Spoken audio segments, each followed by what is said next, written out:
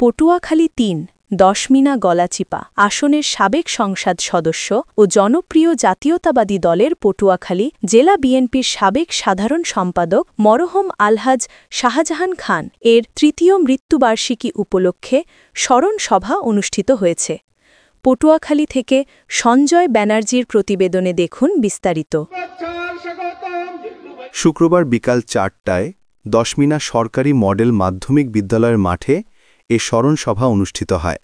দশমিনা উপজেলা ছাত্রদল মানবিক ফাউন্ডেশনের আয়োজনে ও উপজেলা বিএনপির সাবেক সহসভাপতি আব্দুল হাই পঞ্চায়েত এর সভাপতিত্বে ও সরকারি আব্দুর রশিদ তালুকদার ডিগ্রি কলেজের সাবেক সভাপতি আবুল বাশারের সঞ্চালনায় প্রধান অতিথি ছিলেন পটুয়াখালী ৩ দশমিনা গলাচিপা আসনের সাবেক সংসদ সদস্য সরহন শাহজাহান খানের সহধর্মিণী ও পটুয়াখালী জেলা মহিলা দলের সাবেক সভানেত্রী আনোয়ারা শাহজাহান খান।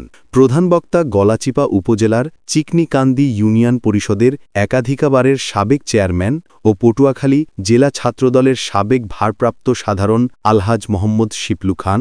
বিশেষ অতিথি ছিলেন গলাচিপা উপজেলা বিএনপির যুগ্ম সাধারণ সম্পাদক আব্দুস সোবাহান, উপজেলা বিএনপির সাবেক ভারপ্রাপ্ত সভাপতি মোহাম্মদ সিদ্দিক আহমেদ মোল্লা, উপজেলা বিএনপির সাবেক সহসভাপতি মোহাম্মদ বাচ্চু শিকদার, উপজেলা বিএনপির সাবেক সহসভাপতি মোহাম্মদ আলো খান, সাবেক সহসভাপতি মোহাম্মদ ইসমাইল মেলকার, উপজেলা বিএনপির সাবেক যুগ্ম সাধারণ সম্পাদক মোহাম্মদ আমিন হাওলাদার, উপজেলা বিএনপির সাবেক সাংগঠনিক সম্পাদক মোহাম্মদ মাকসুদ মেম্বর সহ উপজেলা ও ইউনিয়ন এবং ওয়ার্ড বিএনপির অঙ্গ সহযোগী সংগঠনের নেতাকর্মীরা প্রমুখ।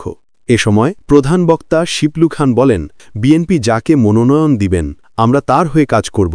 আমাকে মনোনয়ন দিলে আগামী দিনে আপনাদের সাথে নিয়ে কাজ করব। প্রধান অতিথি তার বক্তব্যে বলেন, আমার স্বামী পরিবারকে সময় না দিয়ে দলের স্বার্থে সময় দিয়েছে। আমি আমার ছেলে শিপলু খানকে আপনাদের মাঝে রেখে গেলাম। আমার ছেলে আগামী জাতীয় সংসদ নির্বাচনে মনোনয়ন প্রত্যাশী। আমার বিশ্বাস বিএনপি আমার ছেলেকে মনোনয়ন প্রদান করবেন। আমার নেত্রীকে হারালে আমাদের ভারসাম্য থাকবে না। আল্লাহর কাছে ফরিয়াদ করি, আল্লাহ যেন আমার নেত্রীকে সুস্থ করে দেন।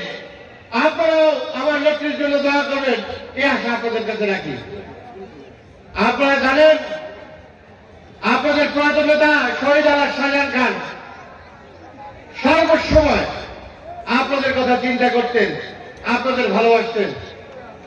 আজকে তার ভালোবাসার প্রতিদান স্বরূপ আপনারা এখানে এসেছেন। আমার স্বামী শাহজাহান খান হাঁটিয়ে বাবা করে এই 20টা বছর কাটাইছে আপনাদের সাথে। আমার ছেলে মেয়ে হয়ে গেছে।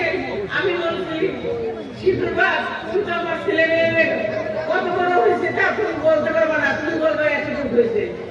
তাহলে সেই থেকে আমার স্বামী রাজনীতি করে আপনাদের পাশে না, প্রত্যেকটা মানুষ তার প্রতি না, আপনারা তার ভালোবাসা যেটা আপনারা ভালোবাসেন সেটা আজকে প্রমাণ করছেন।